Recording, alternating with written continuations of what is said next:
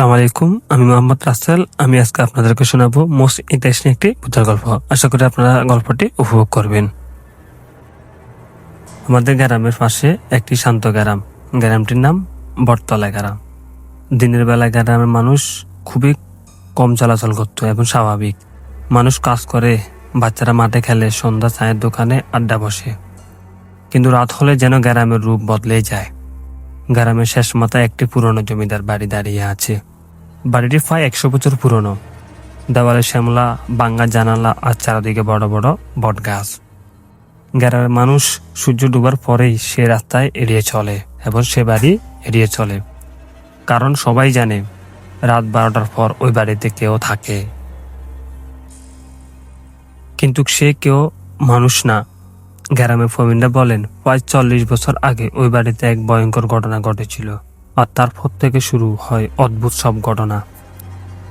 এই গ্রামের এক ছেলে ছিল, নাম তার রাশেদ। রাশেদ শহরে পড়াশোনা করত, বিজ্ঞান নিয়ে পড়ত, তাই ভূত প্রেতের সে কোনো বিশ্বাসই করতো না। গ্রামে এলে সে বন্ধুদের বলতো, এইসব কুসংস্কার আমি বিশ্বাস করি না। একদিন সন্ধ্যায় রাশেদ বসেছিল করিম ছাতার চায়ের দোকানে। হঠাৎ গ্রামের এক লোক বলল, গতকাল রাতে আবার কান্নার শব্দ শুনেছি ওই বাড়ি থেকে।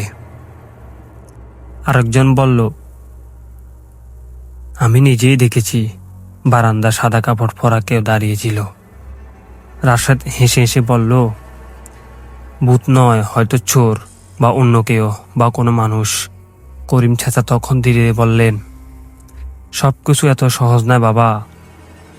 রাশেদ বলল, আপনি কি জানেন আসল ঘটনা?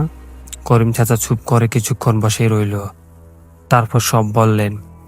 ওই বাড়ির জমিদার মেয়ে ছিল, নাম তার রহিমা। খুব সুন্দর, খুব শান্ত মেয়ে, কিন্তু তার প্রেমে হয়ে যায় গ্রামের এক গরিব ছেলের সাথে। জমিদার সেটা মেনে নিতে পারেনি। এক রাত রহিমা হঠাৎ নিখোঁজ হয়ে যায়। পরের দিন সকালে তাকে বাড়ির পিছনে পুকুরের মৃত অবস্থা পাওয়া যায়। কেউ বলে আত্মহত্যা, কেউ বলে খুন, কিন্তু আসল সত্য কেউ জানে না। তারপর থেকে রাতের বেলা শুরু হয় অদ্ভুত সব ঘটনা। কেউ হাঁটার শব্দ শুনে, কেউ কান্না শুনে, কেউ আবার বলে তারা রহিমাকে দেখেছে। রাশেদ বলল, আমি নিজে গিয়ে দেখে আসব। দোকানের সবাই একসাথে বলল, না না না, যেও না তুমি ওখানে। করিম চাচা গম্ভীর হয়ে বললেন, যেও না বাবা। কিন্তু রাশেদ কৌতূহল তখন তুঙ্গে। সে ঠিক করলো, আজ রাতেই যাব আমি।